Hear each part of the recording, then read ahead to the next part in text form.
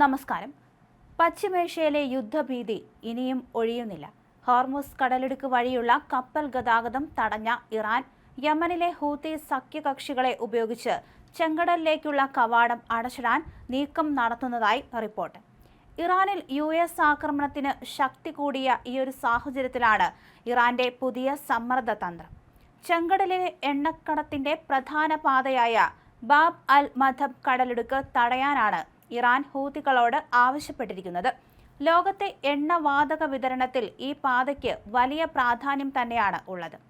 ചെങ്കടലിനെയും Eden ഉൾക്കടലിനെയും ബന്ധിപ്പിക്കുന്ന ഇടുങ്ങിയ ജലപാതയാണ് ബാബ് അൽ മധബ്. Saudi യമനിൽ ആക്രമണം തുടരുകയാണെങ്കിൽ ഈ പാതയടയ്ക്കുമെന്ന് ഹൂത്തികൾ മുന്നറിയിപ്പ് നൽകിയിട്ടുണ്ട്.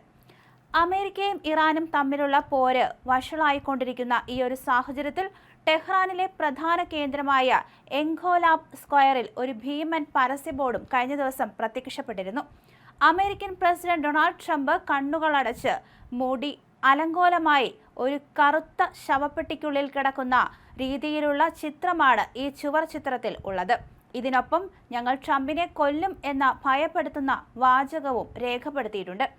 ഇറാൻ തന്നെ വധിക്കാൻ ഗൂഢാലോചന നടത്തുന്നുണ്ടെന്ന് ട്രംപ് പരസ്യമായി പറഞ്ഞ് ദിവസങ്ങൾക്കകമാണ് ഇറാൻ ഭരണകൂടത്തിന്റെ ഭാഗത്തു നിന്നും ഇത്തരമൊരു കടുത്ത നീക്കം ഉണ്ടായിരിക്കുന്നത്.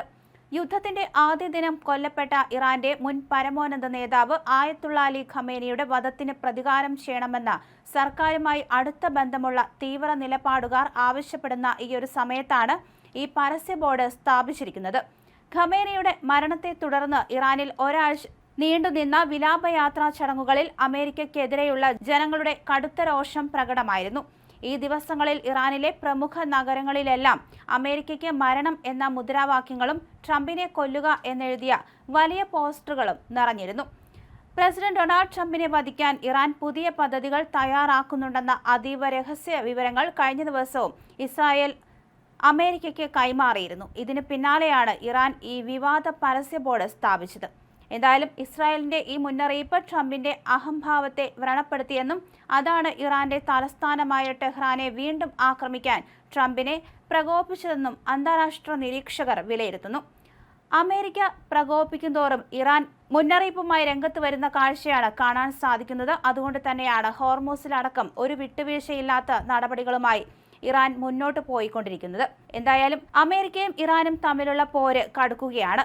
അതിനിടയ്ക്കാണ് ട്രംപിനെ കൊല്ലുമെന്ന പരസ്യ പ്രസ്താവനയുമായി ഇത്തരത്തിൽ ഇറാൻ രംഗത്ത് വന്നിരിക്കുന്നത്.